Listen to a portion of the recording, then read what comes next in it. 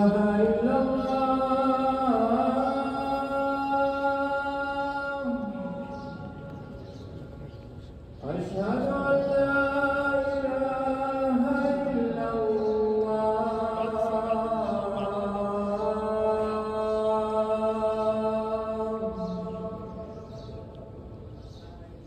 أن محمدا رسول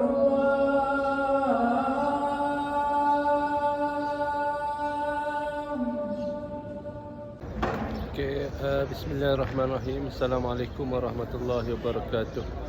Hari ini kita nak cerita tentang tamadun. Sebagaimana maklum, tamadun ni kita pernah dengar perkataan tamadun. Tamadun ni sebenarnya berasal daripada perkataan bahasa Arab, bahasa Arab yang bermaksud madana, iaitu maju, sesuatu kemajuan. Jadi kalau dalam bahasa Parsi diambil daripada perkataan civitas. Civitas juga membawa maksud civilization. Jadi perkataan madana ni merujuk kepada perkataan bagaimana Nabi SAW membina ataupun memajukan kota Madinah. Sebelum daripada bertukar pada nama Madinah, kota ini dinamakan dengan kota Yathrib. Tapi bila berlakunya peristiwa hijrah Nabi SAW, maka ditukar dengan nama baru bagi kawasan ini, iaitu Madinah, Madinah Al-Munawwarah. Jadi Madinah ini adalah negara pertama yang Nabi SAW asaskan, negara Islam yang maju, yang moden, yang penuh bersistematik. Jadi bila sebut tentang tamadun, dia ada kaitan dengan sistem.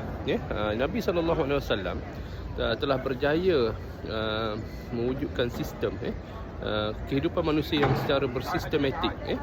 Sistem dari sudut sosialnya, kemasyarakatannya, dari sudut pendidikannya, dari sudut teknologinya, dari sudut teknologinya, sainsnya, ekonominya. Jadi semuanya berada di kota ini, iaitu kota Madinah. Jadi orang yang bertamadun sebenarnya orang yang menghidupkan, yang maju dari sudut semua segenap segi kehidupan. Tidak tertumpu kepada salah satu, sama ada tertumpu pada akhirat sahaja ataupun tertumpu kepada dunia sahaja. Dia mesti seimbang dua-dua. Sebagaimana dalam Al-Quran Allah Subhanahu Wa Taala berfirman, A'udzubillahi minasyaitonirrajim, wabtaghi fima ataakallahu ad-darul akhirah wa la tansa nasibaka minad dunya. Dan Allah Subhanahu Wa Taala telah berfirman, wabtaghi fima ataakallahu ad-darul akhirah. Kan, carilah apa-apa sahaja amalan kamu untuk akhirat. Wala tansa nasibaka minad dunya. Dan jangan sekali-kali kamu lupa tentang nasib kamu, nasib kamu atas dunia. Jadi mesti seimbang lah kehidupan kita. Tamadun yang hebat ialah tamadun yang seimbang. Tamadun Islam, tamadun yang seimbang dari sudut dunia dan juga akhirat. Dunia dan juga akhirat. Jadi keseluruhan sistem yang diasaskan oleh baginda Rasulullah SAW semuanya seimbang. Dari sudut ekonomi, dari sudut politik, dari sudut sains, kesenian, dari sudut kemasyarakatan, semuanya ada kaitan tentang dunia dan juga akhirat. Jadi begitulah sedikit konsep asas berkaitan dengan tamadun. Dan tamadun Islam ini diasaskan oleh baginda Rasulullah SAW yang berpandukan manualnya adalah Al-Quran. Manualnya adalah Al-Quran. InsyaAllah semoga kita menjadi masyarakat yang bertamadun dan masyarakat madani.